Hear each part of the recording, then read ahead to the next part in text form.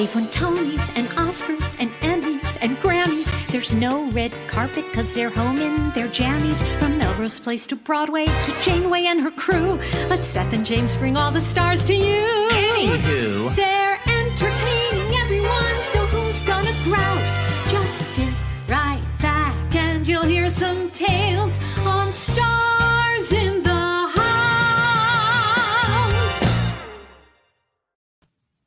Hello, everyone. Welcome to Stars in the House. I'm James Wesley. And my name is Seth Rudetsky. And below us is... Oh, yeah. Mandy. I wore this for Bernadette because I knew that of all the guests that we've ever had, the person who would appreciate it the most is Bernadette Peters. And would not mind me wearing a T-shirt as long as it said, I'd rather be with my adopted pet. Yes. And now, in case people think it's mean to Bagel, I got him another T-shirt that says I'd rather be with Bagel. So he switches off on them. Yeah. And I wore this for James LaPook. Artist Chicago Institute. Yes. So we're handling both. So you may be watching going, what the H is Stars in the House? We are a fundraiser for the Actors Fund. We began when everything shut down in March 2020. And by the way, we just celebrated raising $1 million. Yes, for the Actors Fund. And that night that we raised $1 million, we raised an additional $30,000. So we're well on our way. We want to have $2 million by the time Broadway reopens. Wouldn't that be great? That'd be wonderful. And by the way, maybe we can get towards that goal tonight because we have yet again the amazing Angie Torres Charitable Fund who's doing a matching donation of up to $2,500 tonight. So start forking it over. Yes. You may wonder what the Actors Fund is. The Actors Fund is a misnomer, which I always say is not just my drag name, but it also means that the Actors Fund is not doesn't even laugh anymore. The Actors Fund doesn't just stand for actors. Not when you've said it that many times, Seth. Yeah, but there may be new viewers. Yeah, by the way, subscribe to our YouTube channel if you have not done so already. Yeah, it always helps us to have subscribers. So the Actors Fund helps not just actors, but actors, singer, dancers, everybody backstage, meaning, hair people, musicians, stage managers, everybody front of house managers, ushers, everybody in the TV film industry, everybody in opera, ballet, performing arts, period. And as the chairman of the board of the Actors Fund told us that last week, Brian Stokes Mitchell, the Actors Fund predicts that it's going to be about 5 years before things return to normal. And normal, by the way, is living check to check. Yeah. So it's like already it's brutal. And then you add on that there are no checks to live to from check to check. Right. I just saw someone post on a Facebook page saying my equity insurance ran out and I was offered, I guess, Cobra, and it's like $1,500 a month. He's like, I don't know how I'm supposed to afford this. I mean, right. The Actors Fund is the place to go to help you navigate all of that stuff. That's exactly what I told him. I was like, go to the Actors Fund. That's right. So if you are able to, if you need help, go to actorsfund.org. If you are able to help tonight, please donate at starsinthehouse.com or text Fund 2020 to 56512. You'll get a receipt. You'll forward that receipt to donations at starsinthehouse.com, and you will know that your donation tonight is doubled thanks to the Angie Torres Charitable Fund. And our friend Maggie, when you forward it to donations at starsinthehouse.com, we will actually have one of our stars. We'll have James LaPook read it in a very directorial fashion, or we'll have Bernadette read it as Dot, or the grandmother. We'll see, Marie. So just for the donation, we'll have the donations read. All right, we have a couple of really great notes to share here that Maggie from the Actors Fund sent us. So this is from an emergency grant recipient. This gives you an idea of what the Actors Fund does, okay? This is from an emergency grant recipient, which, by the way, they've given out over $22 million since the pandemic began. Yeah. Over $22 million and still giving the money out. So this is from a recipient of a donor grant.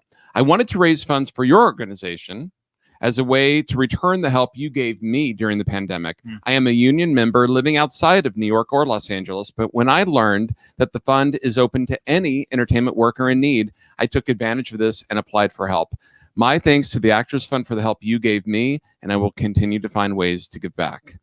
Another person said, Dear Actors Fund, when I was in need, you really made a difference by helping me out with a grant. So now that I'm back at work, I've donated that amount back for others in need. Isn't that amazing? I love that. And yes. A lot of people don't know it's not just for New York or Los Angeles. It is for everywhere. And tell your artist friends, if you have anybody you know that's struggling, to go actorsfund.org and they can really help. So why are we here? We are here to celebrate, and I was very professional. I actually downloaded the cover. We're here to celebrate this fabulous book, which is called Putting It Together. Not just tendinitis, putting it together. It's not out yet. So passive aggressive style, We're celebrating the book. A preview, but you can order it. That's right. So order it ASAP. Before we dive in and we bring on Bernadette Peters and James LaPook. Seth, we were talking right before the show. In front of Bernadette. You do? Well, we should tell her. I think. I don't know. She's watching. I was saying to Seth, it was like, when was the first time that you discovered Bernadette Peters? Because I grew up in Texas, and so my mom and I would go to theater, but we didn't have access to as much as you have in the New York area. And I said it was the Carol Burnett show.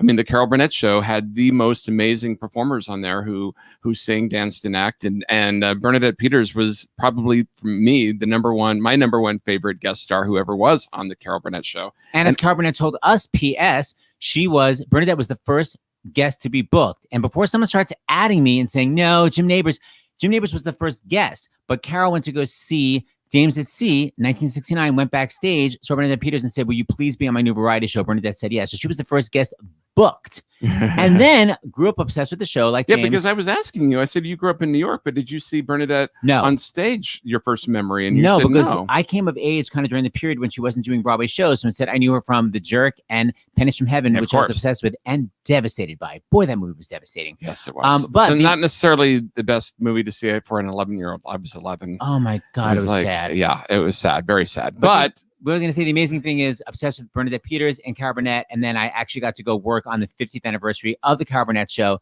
literally with Bernadette. And that's a shout out to her. That's the picture I took. I was so happy for you, Seth, and a little bit jealous, but so happy for you. Isn't that cool? Thank you, James, for breaking the rules. Amazing. Yes, that's right. Well, everyone looked great, so it's like I thought it was okay to take the picture. Okay, real quick, because we are here for the Actors Fund, and we already have a donation in, and I wanted to read this. This is just a good reminder of why we're here, and this was a really special one. So this is, I have it right here. What an incredible coincidence that for the second year in a row, on July 8th, Bernadette Peters is the guest on Stars in the House. Did you know that? No. Bernadette, did you know that? That's her date, her signature date. I know. July 8th happens to be our late father's birthday. And so like last year, the Shep's girls, Lynn and daughters Lee and Lori, would like to donate to the Actors Fund in his memory, as he would be 76 years old today. We have so many fond memories of the four of us seeing so many shows together, including Bernadette on Broadway or in concert and then going backstage. Lynn and her late husband, Sandy, of course, saw the original Sunday in the Park.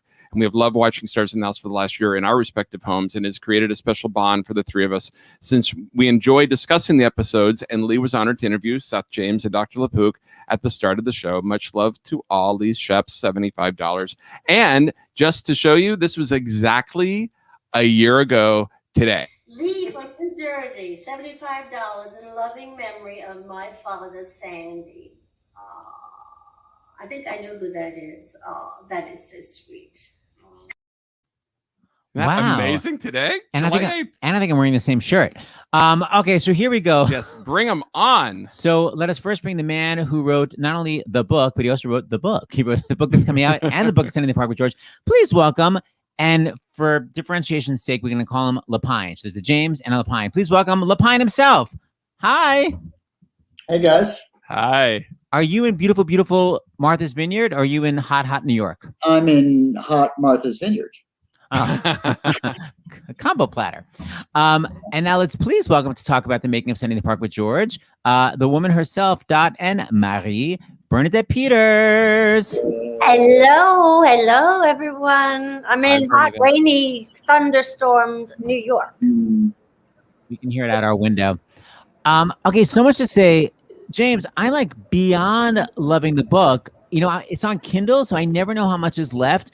I'm up to the first preview, which did not go well. We'll get to that. But it's for people out there that love backstage books, it is great. It is so thorough, and it's interviews with so many people, and 50% of them are mad at James Lapine, but that's what I sort of love. They're all like, I was really angry that day. But everyone sort of apologizes by the end. But there's a lot of people busting you, but I love it though. So let's go back to the beginning. So I didn't know so much about you. I didn't know you were basically like an art. Were you a graphic designer? What was your art history? You had art background, right? Yeah, I started as a photographer and then moved into graphic design. It's my beginnings. You were visual. So in the book, basically, Sondheim had just had a major flop with Merrily We Roll Along, even though you cannot top that score. It is stunning. Right. And somehow you've got to go to his townhouse. So what happened?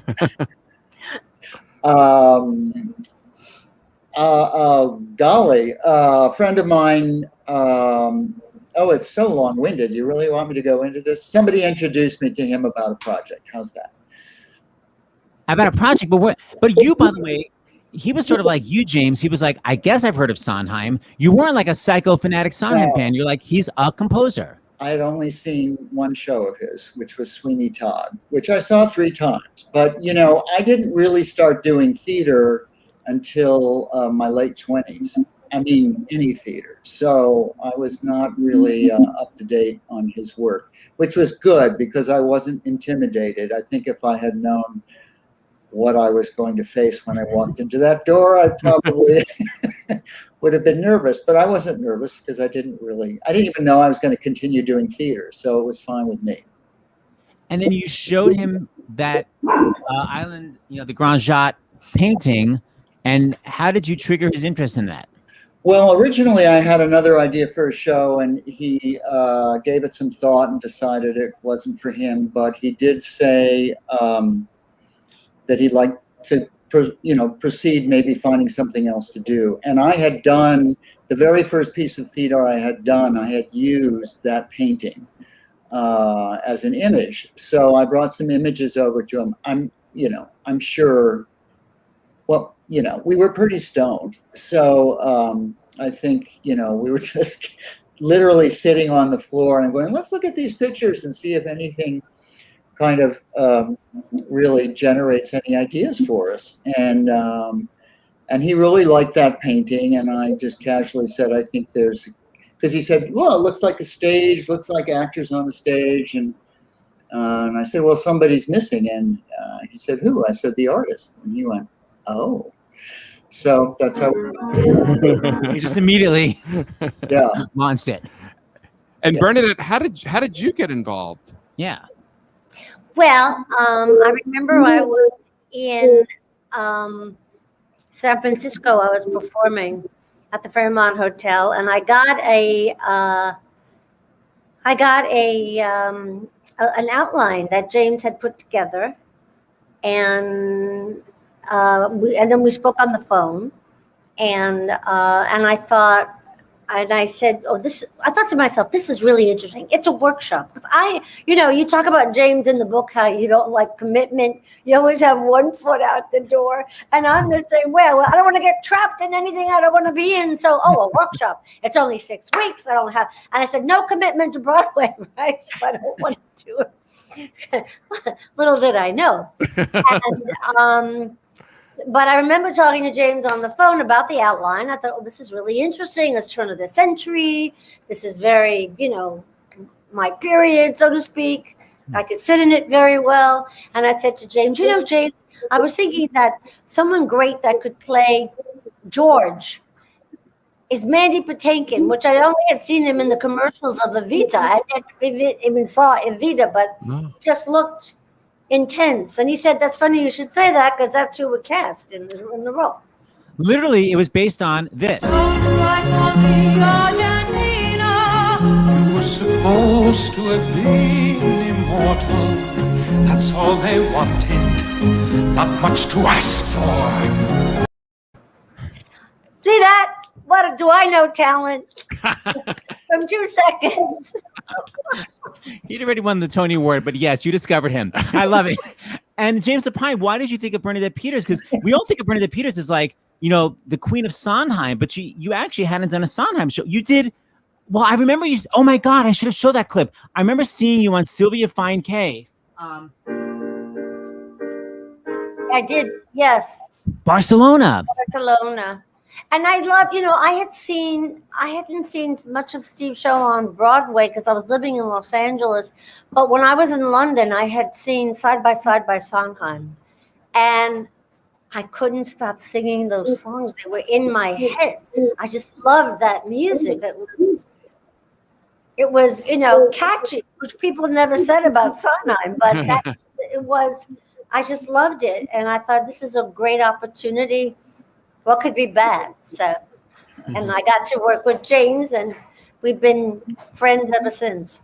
And Into the Woods. And James Lapine, what did you see in Bernadette that made you be like, I'd never seen Bernadette on stage, but I had rarely seen anybody on stage. And I was watching the Academy Awards, and Bernadette was doing a number or two on the Academy Awards. And I just looked at her and I said, that's Dot. Wow. You know, I just thought that's exactly what I imagined. And I do think Bernadette had such a great, 19th century vibe about her. And so that's how it came to be. That simple.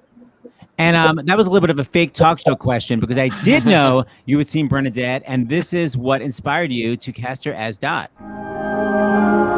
What'll I do with just a photograph to tell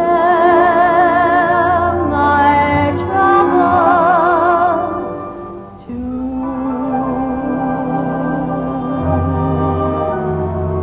When I'm alone with only dreams of you that won't come true, what'll I do?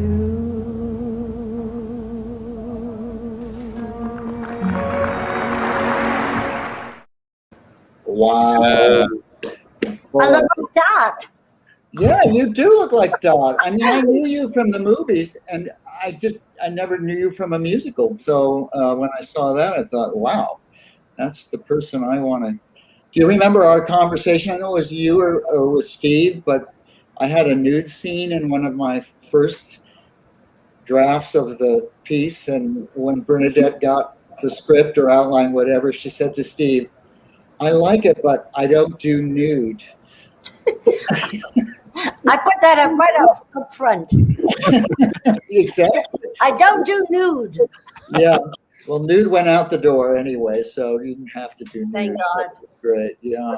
Well, we could probably talk about the workshop for the entire show, but we got to touch on it a little bit. I mean, Go back for a ahead, second. Seth. So I'm so curious about how the show was formatted. In the book, it basically said, James, you sort of wrote out kind of dialogue, and then Sondheim would sort of read it, and then kind of set it to music, but then kept some of the dialogue. Like, what was the process of the writing? Well, I ended up writing the entire first act before he wrote any music. And Wow. so I thought, is this guy ever going to write any music? And I just thought, well, I'll have a play if he doesn't write any music. But he's so incredible when he works, because he just thinks things through, and he wants to know the characters, and he wants to know. He will say, I think a song. I brought in the first, I think it was 4 pages or something, and he read it, and then he said to me, "Can I read it again?" I'm sitting there and saying, "Sure, read it again."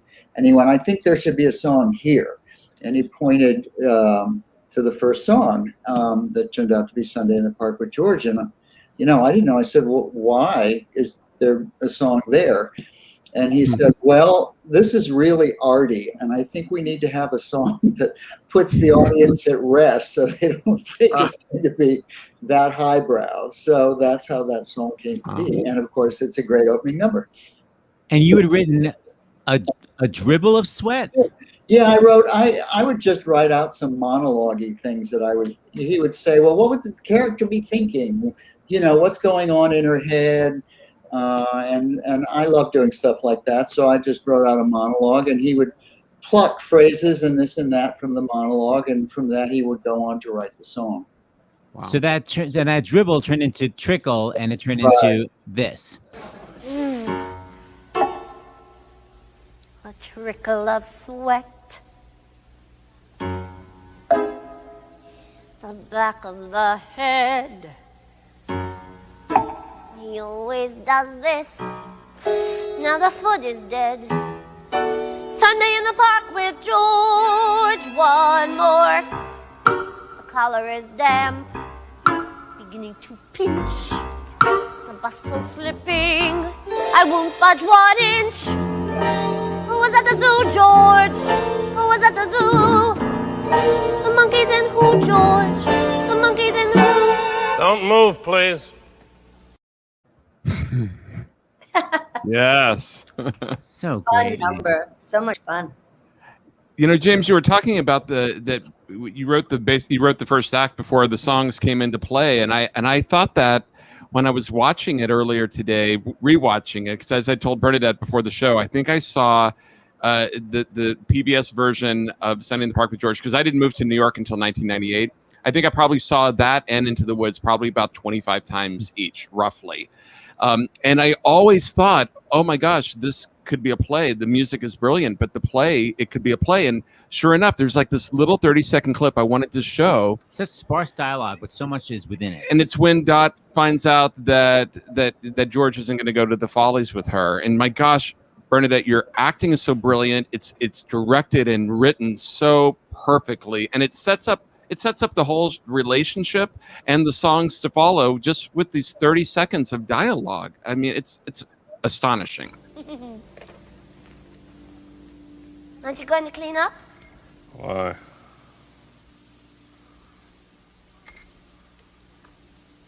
The Follies, George.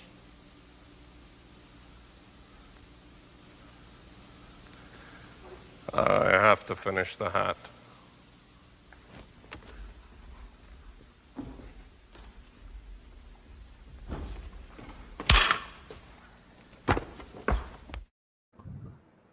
So good.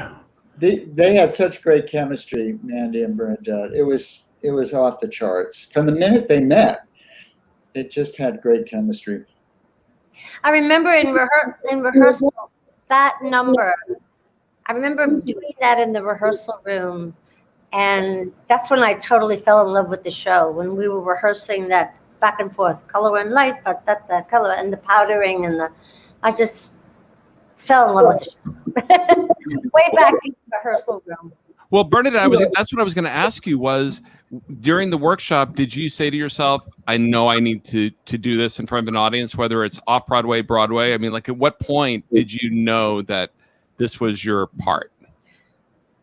You know, I would, something very rare, because I try to be in the moment, which we all, but during that rehearsal time and that workshop time, I was just enjoying what we were being in the moment, what was happening. I wasn't thinking, oh, I just was enjoying it so much because it was remarkable. It was one of the best times of my life. Wow. And when James would say, okay, Steve's bringing in a new song. Mandy, of course, learned stuff like overnight. And Mandy would sing Finishing the Hat, and we'd all go, oh, what's happening now? What's he going to bring in now? And you'd wait to have that moment with Steve alone when he'd bring in a song for you. And it just was happening before your very eyes, like the painting, you know? Wow. Wow, it's a great comparison. However, I would say in the book, you know, apparently Lapine comes from, you know, that school of improv, and it was a couple of days of improv. What was your feeling about that? Were you more used to the Garrett Champion of like coming in and staging, or were you into the whole, I'm a flower? Well, I had never done that before, and I've done it since. And what is good about that, actually, I've learned, is everybody gets their moment to shine, whether they have a big role or a small role. And what's important about that, the respect that the actors have for each other, because they know how extraordinarily talented that person is, even if they're playing a small role. And that's what's good about that. But this piece was very complicated. And so basically, the faster, in my mind, I could get to, let's rehearse it, let's do whatever on it, was better for me. Working with someone like Bernadette is she gives you 100% the minute she walks in the room, and without any neuroses or doubts, you just commit to what you're doing all the time, and that's rare and remarkable, and why you're one of a kind. And Mandy, by the way, was also like that. Having those two in the leading roles for a first-time Broadway director, was remarkable. And I'm forever grateful for that. I didn't know how to appreciate it at the time, but now I realize, oh my gosh, I was so lucky to have you both in my corner. I was lucky to be in that show with you and with Mandy and with Steve. It was just one of those things that came together in an amazing way. Just amazing. And it was some process which we must talk about, because there was definitely some downs, even though there were a lot of ups. But I want to first read some amazing donations that we've been getting in. How should we do this, James? Well, Bernadette or James, could you go to the private chat and maybe you could switch back and forth? Switch back and forth. We have at least 4. We have 4 here, and we want to remind everyone that they're all being matched tonight by the Angie Torres Charitable Fund. We love them. Right. So, oh, nice. Yes. So, James, why don't you start on the top one? Read everything. Okay, Nathan from Massachusetts. That's where I am. Thank you, Ms. Peters, for taking pictures with fans and signing items during a frigid night after your concert at the Zeiterion Theater in New Bedford, Mass. I'll always treasure my photo with you and the Into the Woods CD case that you signed. So, thanks, Nathan. Yeah.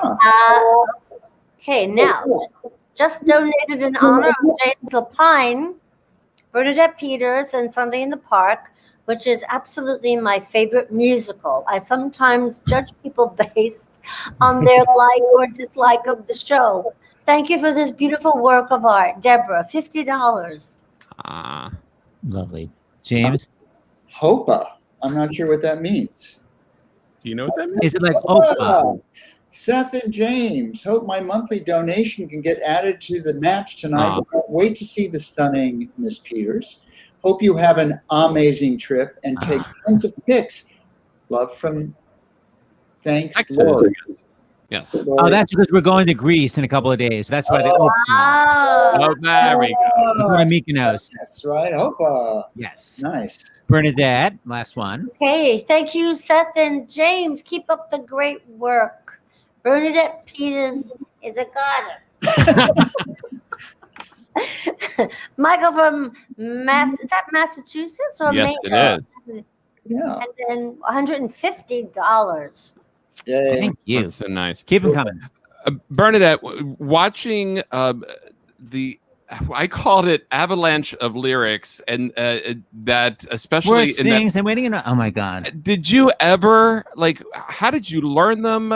Did you go over your lyrics for the first 100 shows? I mean, how did that work? Can you do it wearing a retainer? Because I couldn't. I go. That was the first song I was given, and it really, I had sleepless nights over learning this number, Sunday in the Park with George. But I learned it, and but one show, I thought it was a matinee or an evening, and Steve was there, and at the very end where I have that repeat, and I went up in the lyric, but I kept saying something, but I ended up with the right amount of bars, which Steve was very impressed with. Because I know that you made up lyrics, but how did you end up with the same amount of bars? I don't know. I just don't know. Usually I sat next to Steve, and when anyone would do anything on stage that threw him, he'd grab my arm. I'm telling you.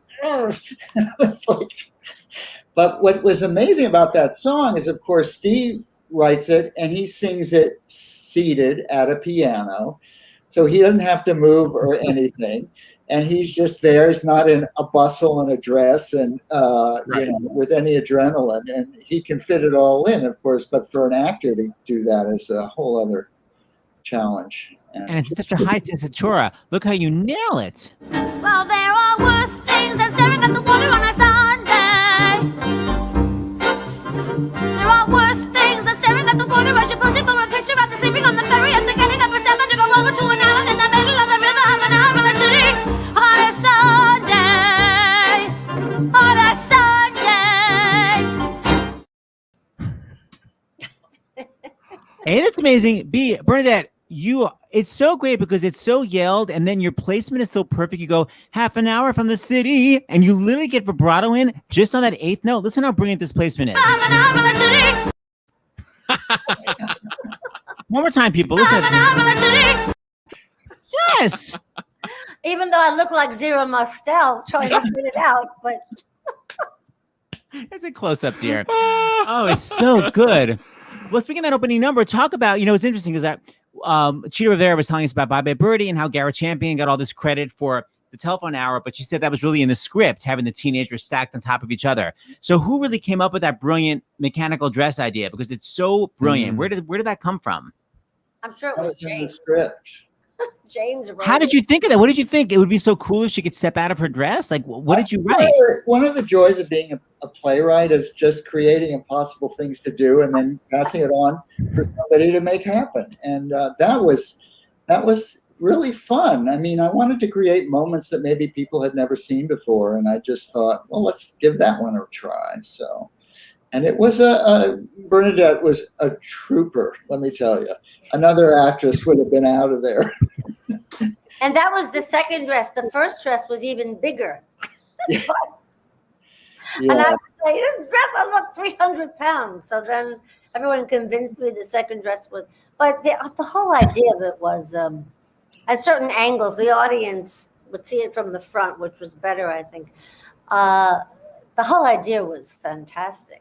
That Yeah, it was, and in the workshop, we had no, automation or anything. So Bernadette's singing the opening number of a song. She's like trying to get out of this cage because she had to do everything herself, open the dress up. But it was great. It's such theater magic. Standing and didn't tip over before I left it. Yeah, she'd always have to danced away from it. But wasn't it became kind of like jet propelled? Wasn't it stage management that wound up being able to do it from backstage to open it for you? Yes. With a garage door, clicker. His legs would come down and then it would open. He would wait. He knew when the legs were down. Then he would open it. Yeah. And I would dance. what did I read in the book that one time it closed early so you couldn't get back in? Yeah, apparently. I spent the whole afternoon reading that. I finished the whole book. It's great, James. Thank I you. forgot about that. And Ann Hall Ward said I just picked it up. And I thought, I had the presence of mind to clear the stage. I thought that was good. And you got a big Moving on for the rest of the first act. Yeah. So Also, I don't know if you do. There was like a gas thing in there that had to help. And one day the gas let out a big fart. It was. It did. Forget that. Well, let's watch the one time it actually worked perfectly, which was captured on video. Here we go. Concentrate!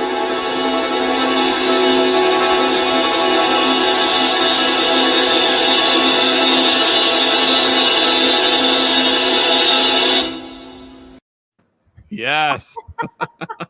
It was 1984, folks, before technology had evolved as it has today. It's magical, but It is it's magical. so great. I love it. It's like the tornado in the Wizard of Oz is before CGI, but it's so brilliant. Like I love that. It's It's really a great fun. idea, James. Really. Fun. It was fun. He comes up with these things, like when I was the witch and I all of a sudden transformed. Yes. He comes up with these things. It's mad. And actually, I was going to say, James, in your book, you said the first time you knew the audience was with you is when Mandy erased the tree. That's Right. another theater magic moment. So that's something you just said in the script, the tree disappears, and then you were like, figure it out, set people. Well, it's interesting because we did that in the workshop for the very first time we performed it in the workshop, and Steve was sitting next to me, just grabbed me and went, "They get it, they get it."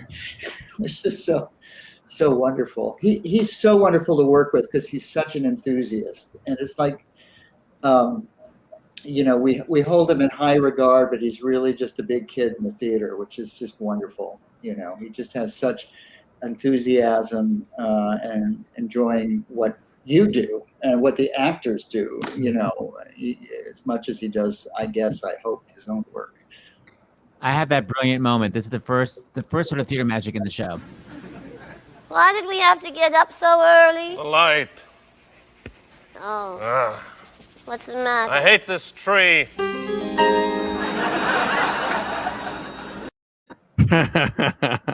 Yes. So great. Yeah, Bernadette, did you ever get to see? I just realized that's behind you. Did you ever get to see the show? Yes, finally. I saw the first revival, and then I saw the second revival, and then when I was in the show, I was having my experience, which was very special. And then when audience members would come backstage, my friends or me, and they were like so crying and so taken with the show, I was jealous of their experience. And I always wondered what their experience was as an audience member. And then I finally got to experience it when I got to see the show. And I'll always go see the show because there are certain moments in the show that just kill me, and especially at the end at the end of the show where we sing Sunday, but everyone bows to the person that created them. Just like, I don't know why, but and many people are moved by that, but it just kills me. It's all about reverence for art. The whole show's about that. For me, the song that kills me is one that probably is on the surface you wouldn't expect, and that's Everybody Loves Louie. Because it's like an up song, and it just seems on the surface, if you're not really paying attention, that it's like, just a fun song, but it's heart-wrenching. Bernadette, what did you think when you got it? And I mean, because it's about settling. It's kind of like In Buddy's Eyes. It's like, I have such a great marriage, but like, she's so not happy. Yeah, what did you think? Oh, I loved it, and I love that going back and forth with, everything's fine, and this is going to be great, and then George, and then just making amends with that. This life is going to be fine. This life is going to be great, but in actuality, she's so in love with George, and it's killing her that. But she knows she can't really have all of George, because basically he's always going to go to the art first, and she's going to be just an afterthought. James, what was your approach to that song? I mean, you were nodding when I was saying about it being. I think it's so underappreciated. I think it's a brilliant song, and it's a great song for an actor, and I think it is the dilemma of the show. She respects and loves this guy for his greatness, but she's paying a huge price for it at the same time, and I think. That's kind of the crux of that relationship. And I think that song, it's how Steve can take something that seems light and actually kind of give it heft without the audience realizing it. Here's a little clip of that. We lose things, and then we choose things, and there are and there are Georges. Well, Louise and George,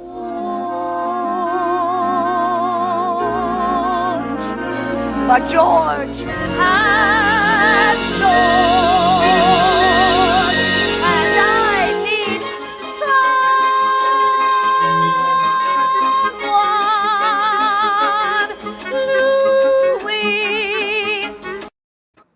Oh my gosh. I realized too, what Steve can do is drive the plot forward, and the show doesn't stop, but it just gets deeper because of it being a very dramatic moment of somebody trying to make a decision that's going to decide the rest of her life. James, rewatching it today, I thought, I don't know if I've ever seen a Broadway musical, any musical, that integrates the book into the songs more than Sunday in the Park with George. It's so, you don't know basically when the quote unquote book scene begins and when the song begins and ends, and it's all interrelated. Mandy's barking, she's upstaging. What was the process like? I mean, I look at that and it's like I've never seen anything like that before. Well, I think, Steve waiting till the whole first act was written before he wrote helped a lot, and also we were really in tandem as working together. When you do a wholly original show, if it's much easier if you're adapting something, because then you and your collaborators are all looking at the same movie, the same book, whatever. But when you don't know, we were just flying into the unknown at times. Particularly the second act was a complete never quite sure what it was going to be till the last minute. So, but I don't know. I've since worked with him and other collaborators, and every show and every collaboration, it's like a marriage, and it has its own chemistry, and nothing is really quite like it. We never worked the same way again that we did on that show. And what I thought was very interesting, you talked about, because people don't know, the workshop was really just the first act. And then when it went to Broadway, it was kind of just, hopefully we'll have a show by Broadway. And Bernadette apparently said to you that you talked about that you didn't have a big kind of character moment in the middle of Act 1 to kind of further your character. I don't know what the words were. What did you say that you needed for your character in Act 1? I thought that the reason she left is because she knew that George was never going to be there totally for her. If she, and that meant she was a thinking woman. If she didn't care, she would have just stayed there, and just, hung around and, let him paint her and be his girlfriend and blah, blah, blah. But I think she had something to say. And so that's how I told them. It was very helpful. We had a discussion with Bernadette, and I think a wonderful actor such as yourself knows when you're skipping a beat.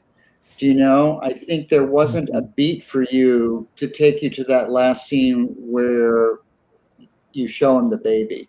So you needed in that pregnant moment to be able to express yourself, and I think that song we're so grateful. We had no problem, we'll listen to anyone, Steve and I, and particularly our leads, try and meet the emotional needs that they have. And I think that was a great help for the show.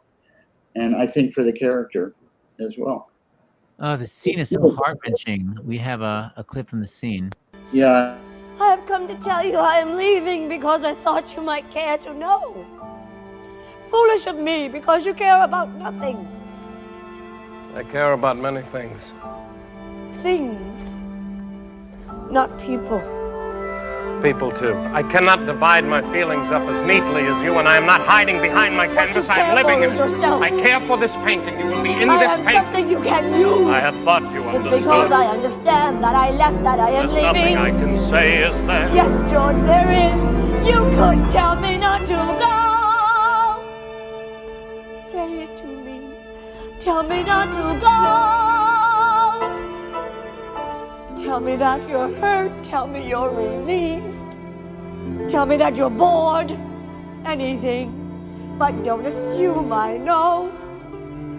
Tell me what you feel. Yeah, it's interesting. After I've seen other productions of the show, in our production, George leaves and goes back to his painting, and she sings the song alone. But I've since seen productions where he stays on stage and she sings the entire song to him, and it's quite powerful that way. It's also so seamless. I didn't even know when you began singing. I mean, the timing was just this dialogue, and then singing happens, and it's underscored. I mean, it's wow. I don't even know if there's a vamp there. Like, I can't even figure out how it was done. It's like, it's really incredible, man. Well, Steve literally sits there and writes out the music, and takes the dialogue and it's a piece of what he's doing as a song. He's not writing a song, he's writing a scene that happens to be sung. And so it's interesting because he would take some of the dialogue I wrote and not other parts of it, because he would know I'm going to use that in the song, I'm going to use this as a setup. This is really a wonderful education in musical theater, working on the show with him and just seeing how he was able to create magic, really.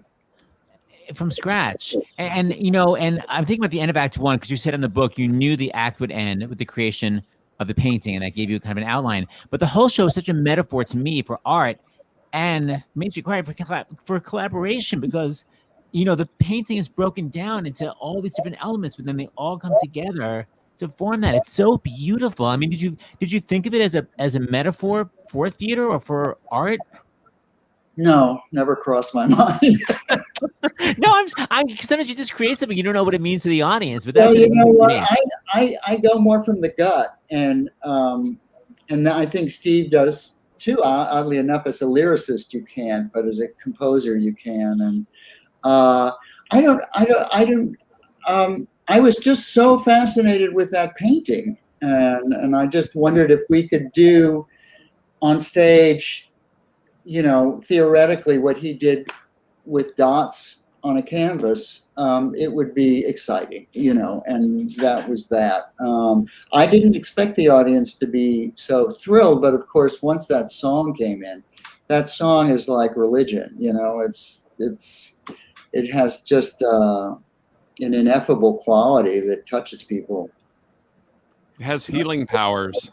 Yeah, I think you're right. And it's fun to see some of these goofy characters who end up being, immortalized forever. Yeah. And that's what's so fun of it too, and his lover is right there in the front, and puts her in the front. I mean, it just has a lot of things going on in it. They're fun. I'll show how everything comes together. This is the end of Act 1.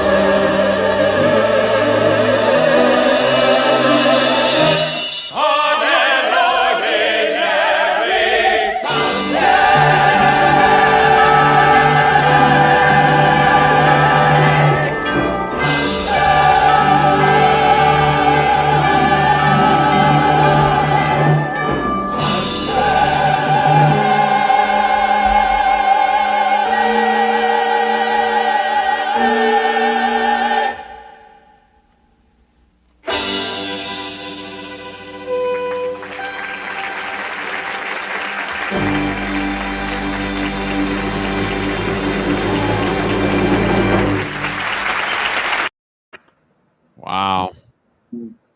James, do you think George is? I just thought of it just watching this now. I never thought of it before. Do you think he was passive aggressive by giving me that monkey? Like he was mad at me for leaving him. I think, yeah, you can make that argument. I also think the guy was a little crazy, I mean, the whole monkey thing was like, think about it. It's the 19th century. He was really out there. He was totally out there in his own. Steve wrote that in Sunday in the Park with this first number. The monkeys in who, George? The monkeys in who? Yeah. Well, that's the setup for the painting. Yeah. Guess who it's for? It's for you. Yeah. It's kind of crazy. We want to remind everyone that we're here not only to celebrate James's book, putting it together, which Order is Order It Now, but we're also here to raise money for the Actors Fund. We want to thank the Angie Torres Charitable Fund for their $2,500 match. There's a couple of donations in the private chat. James, could you read one? And Bernadette, could you read the other one? Yes. And I just want to say, the minute I get off, I'm going to make a contribution. Thank you, James. A special thanks to James for his contributions to great theater. That's good. I could name a few shows that may not fall into that category. And to Bernadette for one, being a great fan greeter in Cincinnati a few years ago. See attached pic, which we can't. Yeah, and two, for the great fun of Mozart in the Jungle. And this is from Mark Barbash, a fellow Buckeye from Columbus, Ohio. And I have Eugene from New York. Thank you, Seth and James, for your amazing entertainment. Sunday is my wife's favorite show, and it's extra special when I get to hear her sing while watching Bernadette. Now, do you think Eugene doesn't like the show so much? But that's what I was wondering. It's okay, Eugene. You don't have to. And he likes to hear her sing it. Got a lot of comments. Yeah, well, there you go. Well, that's Okay, good, meaning she can enjoy it. There you go. And he loves his wife. Yes, exactly. Yeah. It's very loving. So I have a little treat I'm going to tell you in a second. So on Sondheim's birthday, they did a special Sunday performance in where was it? Carnegie Hall? No, it was at Lincoln Ellis Center. Hall, Lincoln Center. It was about 10 years ago, right? Yes, and James and I got to be in it, and Lonnie Price placed me right behind someone, so you can't see me, but you can totally see James, and you're going to see somebody else who I'm going to bring on. So hold on. First, watch this little clip. You can see James right behind. I'm totally blocked. You see James.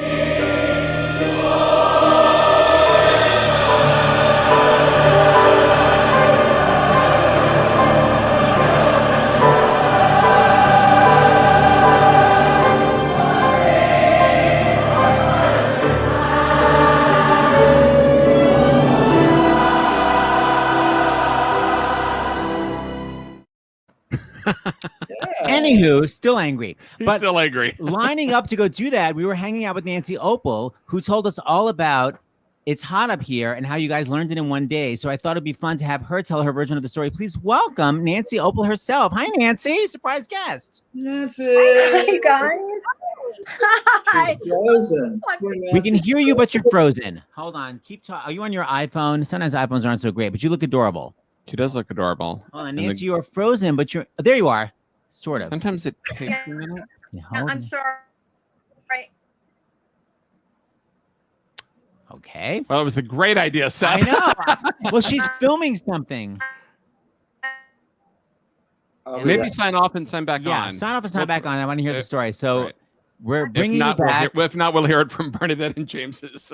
Yes, I would love to hear your version of that because I'm fascinated with things being written on the fly. So how did It's Hot Up Here? What's your memory of that song? Me?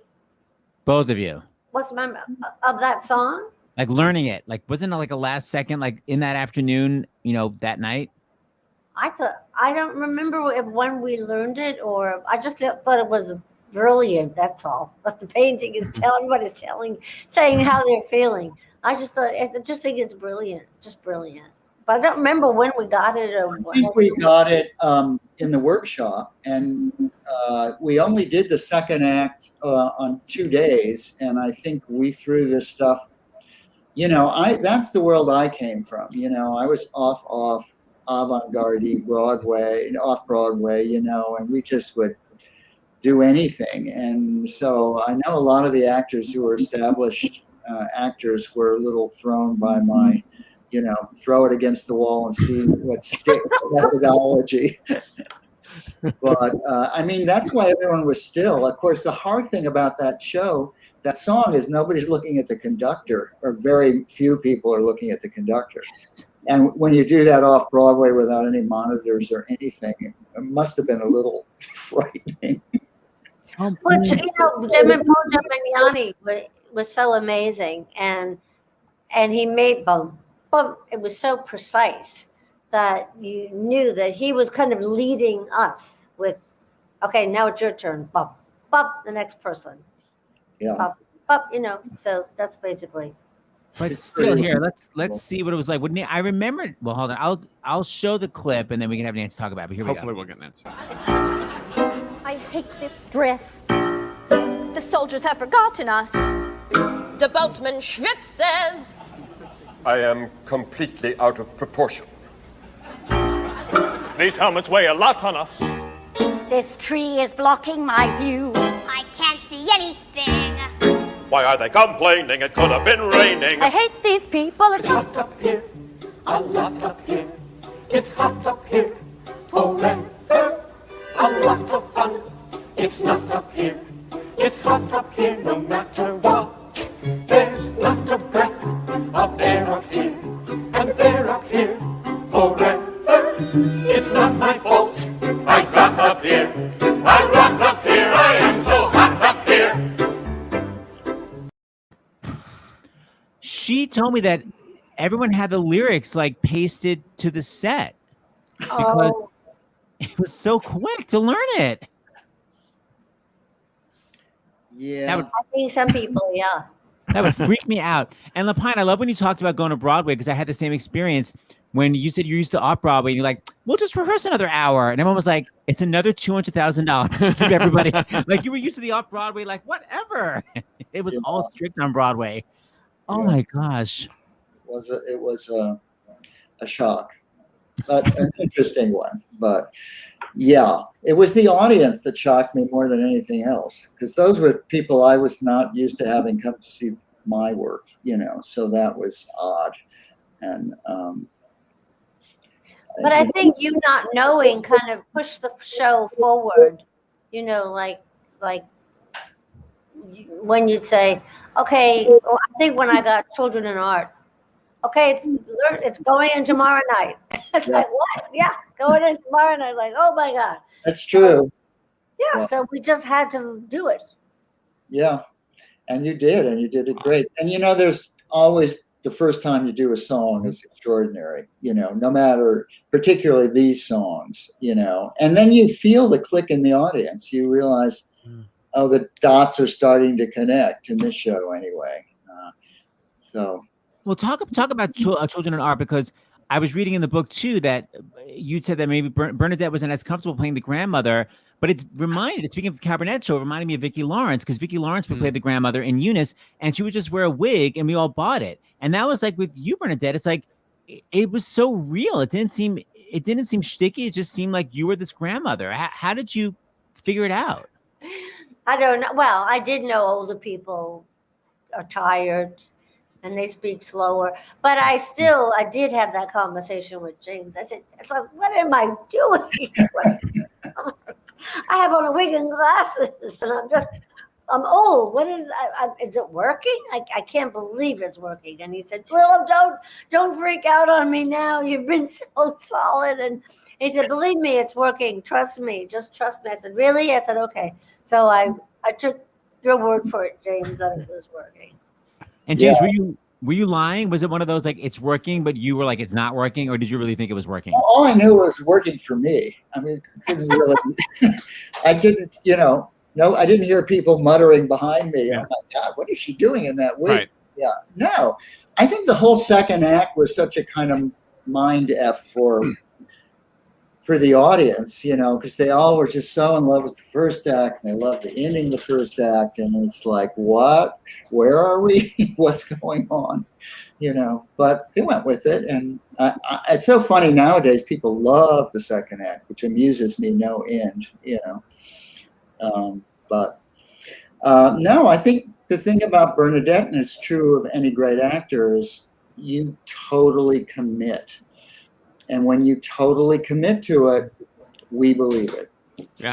It doesn't matter what you look like. You didn't need all the stuff all over you to be old. You just found a way. And remember, the other thing is how still you were in that wheelchair, Yes, the wheelchair helped too. And that's on the song, which is so amazing. That's incredible. Yeah, I want to show a bit of it. And by the way, you get so many laughs as a grandmother. Yeah, with like reading the wrong thing, coming in early. It's really smart to begin the character that way. But here's that really moving moment where you're singing about Dot. Mama was funny. Mama was fun. Mama spent money when she had none. Mama said, honey, mustn't be blue. It's not so much do what you like as it is that you like what you do. Mama said, darling, don't make such a drama. A little less thinking, a little more feeling. not have this I'm just discussion now. quoting Mama.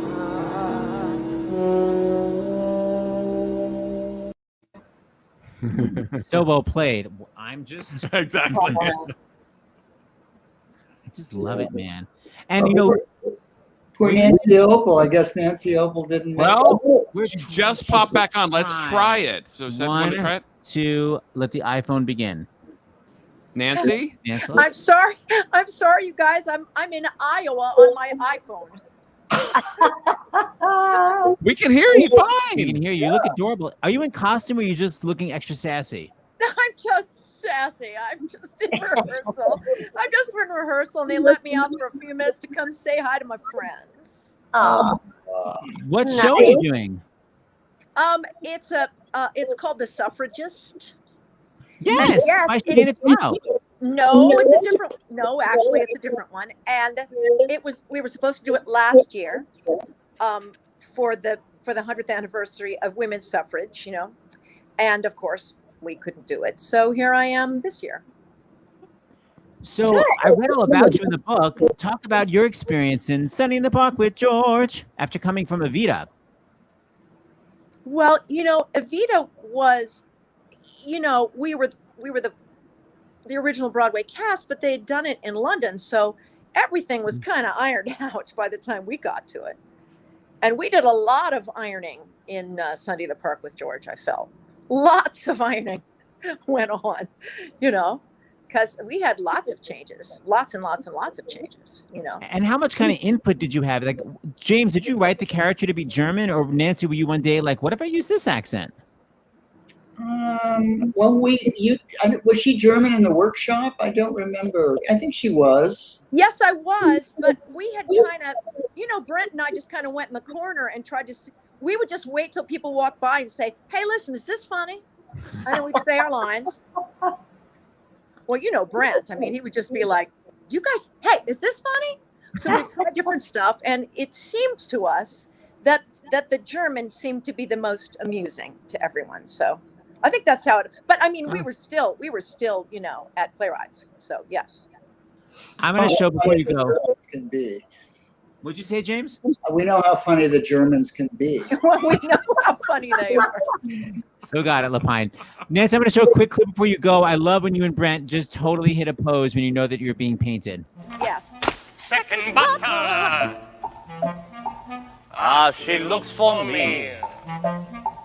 He is bursting to go Near the fountain. I could let him. How to manage it. No. Franz. Huh? I believe that artist is drawing us. Who? Monsieur's friend. Monsieur would never think to draw us. We are only people he looks down upon. I should have been an artist. I was never intended for work. Artists work, Franz. I believe they work very hard. Adorable. All right, Nancela, we're not going to push the iPhone. Thank you so much for being here. You look great. You know what? I'm just happy to see you all. I'm just glad I got to see your faces. Love you both. Great to see you. Great to see you, Nancy. Yeah, good to see you too. Mwah. Good Love luck you with all. the show. Good luck. Thank Good you luck, so everybody. much. Bye, Hopes. Bye, Nancy. So I want to talk about the artist anthem, Move On. And yet again, I keep talking about metaphors. To me, this whole show is basically Sondheim healing from Merrily We Roll Along. It's like, it was such a tragedy in his life. It seemed, everyone kept saying he was so depressed. And the whole show is about like, just keep writing, because he was going to stop writing. That's what you said in the book, right? He was going to quit after Merrily. Briefly, he was talking about it. Yeah. He was bummed. Bernadette, what is this song? What did it mean to you when you sang it on stage, and then, when you've seen it in the revivals? And of course it's part of musical theater, just like it's part of the canon, this song. I've sung it. Probably everyone I know has sung it. I mean, what does it mean to you now versus like what it meant to you when you were singing it? Well, when it was first presented to us, I thought, oh, that's a pretty song. Move on, just, right. Move on. And then I get to do it in the show. And first of all, I couldn't wait to sing that song because Dot's journey was so sad, so emotional, that I couldn't wait to get to that moment because it was so uplifting. The advice about just, taking action, stop worrying where you go, just do it, just move on. And it was, and the way he wrote it, where you would sustain those notes, it was like singing when you sing opera, and it's like so heady that you get so high from the notes and from the idea of what you're saying about life. And I could think of people that are stuck in life at that time, and I'd be singing it basically to them, or So it was an important part of the show for me, and a thrilling number to sing. It's interesting you say how depressing it was for Dot, because as I was watching it, I was thinking, there's such joy on your face and such gratefulness. Like the whole scene, you're so grateful to him, and it must have been very healing for you, because just your whole face is just filled with thankfulness. And it's so beautiful that you can look back and say, you know what, it was good that we had this relationship. It actually helped me. Yes. And just the song is saying is a great message. Just a great message. Holy cow. All right, here we go. This is a message for all of us.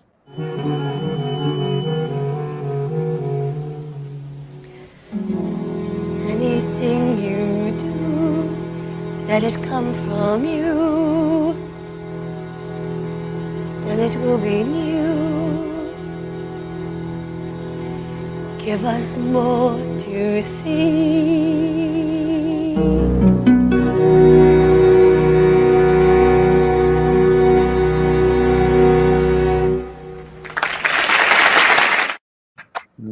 Yes.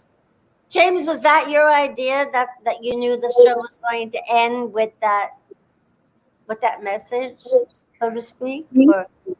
Well, it was 40 years ago. I'm not a little hard for me to grab what was going on in my head in those days, but yeah, I mean, I think that's true of any artist. You just, or it's probably true of any person. You just have to move forward in life. If you're going to get bogged down in the crap that doesn't work for you, you're never going to go anywhere. So I think it's a great song because it's sort of universal, and we have to remind ourselves, just get over it and and move on. It's funny because that song could have been so saccharine or cliche, but somehow it worked. And we went through a lot of rehearsal on that song to try to figure out just how to calibrate it, because Mandy has to kind of act. I mean, if you start thinking of the logic of the show, it doesn't have logic in at least our normal sense of life. So, and the lyrics are so not saccharine in a way. The lyric of "I chosen my world was shaking, so what?" Yeah. He would say, he would put things like that in the song, where it's just like talking, and so not flowery, which is Steve would never do anyway. And I know that you had chosen that artist was, instead of being, he was a successful artist opposite of George Surratt, but he was stuck in not being creative anymore. And so I read your book. and that's why you had mapped out how that was going to go, and how, I guess, the reason Dot comes back. Yeah, I mean, I had never imagined that we would end the show with a reprise of Sunday. That just was one of those things that we just threw together in Playwrights Horizons, and I never got another number out of Steve for the end of the show. But it worked, and I think it was a song people, of course, would want to hear again. So I think it was the right choice on his part. Yeah, I don't know who started this thing about Steve being cold, but he's so not cold.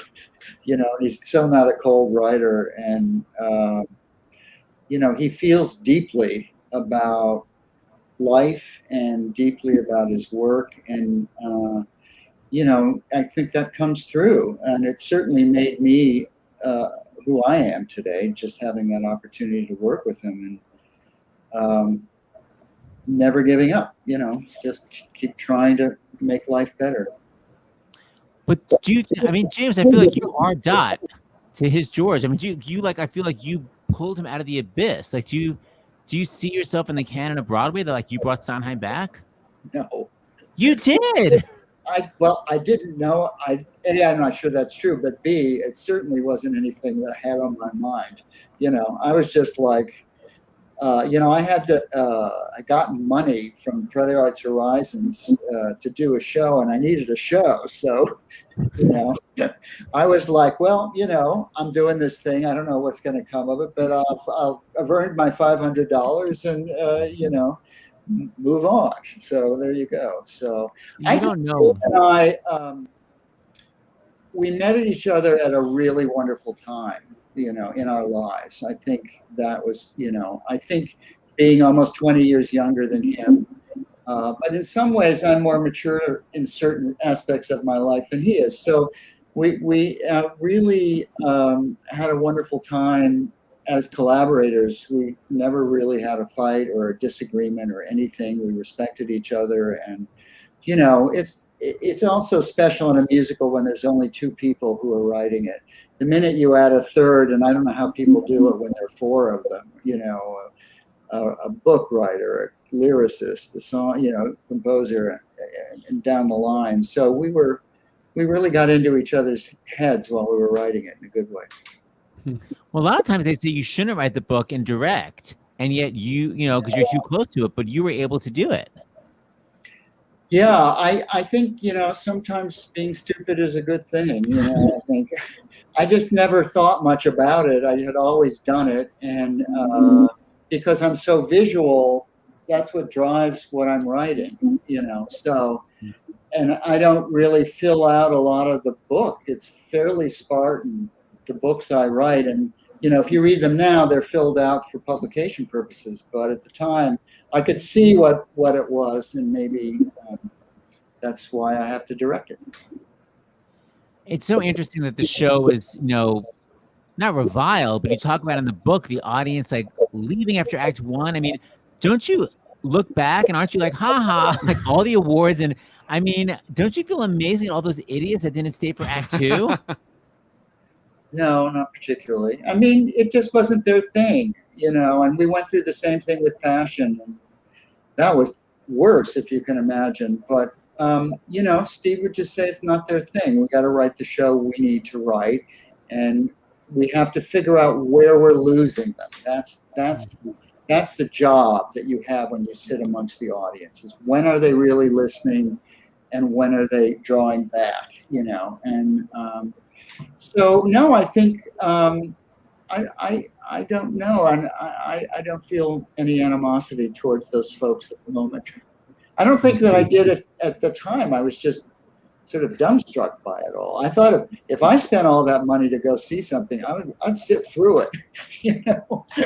That was my opinion at the time. Anyway. And Bernadette, were the actors aware? Would you look out in the audience in those early previews and see empty seats and go, "Oh my God, what did I do?" Or you're not even aware? No, thank God. I've always been nearsighted, so I never look out there. I never look to see what's going on. It's none of my business. There you go. That's great. Oh, I love that. You just focus on the show, man. You want to do donations? Well, before we wrap up, there's 2 more donations that are in the private chat. We want to remind everyone, if you don't mind, Bernadette and James, to take turns reading them. We want to thank the Angie Torres Charitable Fund for the match. StarsInTheHouse.com. It's not too late to give, or text Fund 2020 to 56512. I know James Lapine's doing it after the show, and hopefully you will too, and we'll make that match. So James, you want to read the first one and then Bernadette the second one? Well, this is from Samara Grossman. I don't know where you are, but this is the show that has shaped me as a theater educator. Move On is worn out on my VHS. Thank you, Bernadette and James. This is my soul show. Love to Seth and James. Of course, I'm crying. Aww. XO, Samara. Thank you, Samara. Oh. And then Cheryl Ann. Hi, big fans of Sunday in the Park with George and everyone involved. Such a beautiful, timeless show with music and performances that are still breathtaking over 30 years later. Love you all, and thank you to Seth and James for all the great work that Stars in the House does. Cheryl. I love this. Yeah. Before we go, I have two little clips just about, the fact that Sunday in the Park with George, I was saying people were leaving, and yet now these songs are classics. Here's my favorite version of the title song, this brilliant arrangement by Michael McElroy and Joe Joubert, and Billy Porter singing the lead. Here's just a smattering, but it's so thrilling.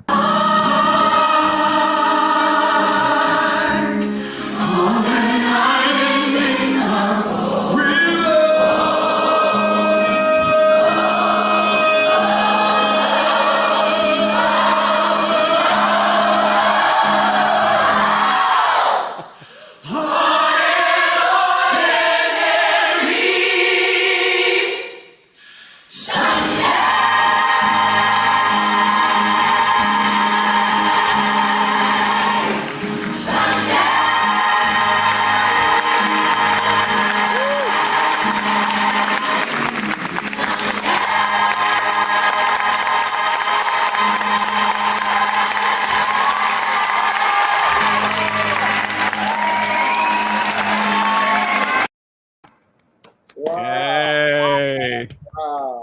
Love it. Wow. Love Isn't that just thrilling, man? Yeah. It is. Well, I want to thank you, Seth and James, just for your show, for getting us through the pandemic, for being so generous with your time, and being such a lover of what we all love, and also raising this money for the Actors Fund. So thank you. Thank you. Yes, Thanks it's for amazing what you guys have done, and you raised $1 million. Holy smoke, that is fantastic, just fantastic. So talk about bit by bit putting together. I mean, just little donations. Thank you, Bernadette. Yeah. You were on one of our very first shows. Thank you. And Lapine, I'm so glad you contacted us. We had Spelling Bee on, of course. Hold on, let's show the cover of the book just to remind yes, everyone. so good. It's such a great inside story. Absolutely. I read the whole book this afternoon, James. I spent the afternoon reading the whole thing. It's so good, and your conversations with everyone, but you and Steve, the conversations with James and Steve, you really get insight on what as they were writing the show. Going back and thinking about what was going on, and all the actors, and so it's pretty. It's a wonderful read. Pretty wonderful being able to go back 40 years and talk to everybody and remember who I was. I was such a different person then. And so it was interesting. It was an interesting experience. Thank you. Yeah. Look at this amazing news from the Actors Fund. We're almost at $1,000, and you can keep donating till midnight to meet the match. So Thank you, Actors Fund, for the update. That's a lot in 1 hour. Thank you, everyone. Yes, it is. Does it go automatically if you because I just went on to try to donate. Do I just donate basically to the Actors Fund, and it will be your? No, you go to starsinthehouse.com. Starsinthehouse.com is better. Yeah. Right. That'll go directly to our matching donation. Right. Starsinthehouse.com. Okay, so as long as I'm on your website and donate, they know it's from you guys. That's right. It goes straight to the Actors Fund. Exactly. Cool. We thought we would close with the line that it's so inspiring. Oh, hold on a second. Before we do that, because we forgot to say it at the beginning, because I know we have some new viewers tonight that are big Sunday in the Park fans. We're going to do on September 12th at the Town Hall our celebration of Broadway, returning to Broadway, with our first live ticketed event of Stars in the House, literally live. Everyone vaccinated, so you have to show proof of vaccination to enter the theater. It's going to be at Town Hall on September 12th, 7 p.m. You can find tickets at starsinthehouse.com. Tickets, I'm happy to say, are selling really well. We have more people we're going to add, so these are just a few that I'm remembering off the top of my head. Cheetah Rivera, Kelly O'Hara, Audra McDonald, Brian Stokes-Mitchell, and the list goes on to celebrate where Broadway coming back. Yeah, so, live and in person. Yes. So, go to Stars in the House for details on that. And here's that final line, which is just so unbearably moving and so inspiring. It just makes you want to create art after seeing the show. White, a blank page or canvas, his favorite. So many possibilities.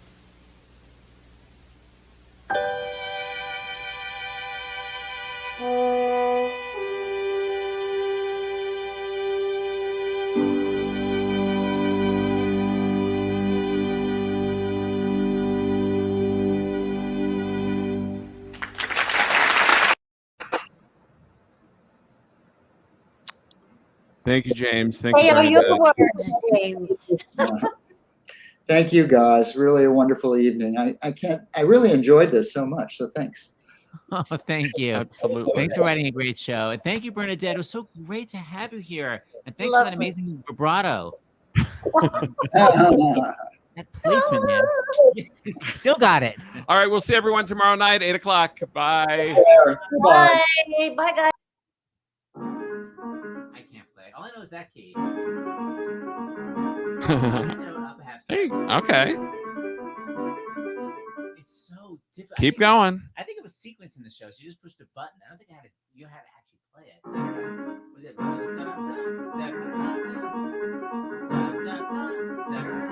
I can't. I'm out. I'll play something easier. Okay. There you go.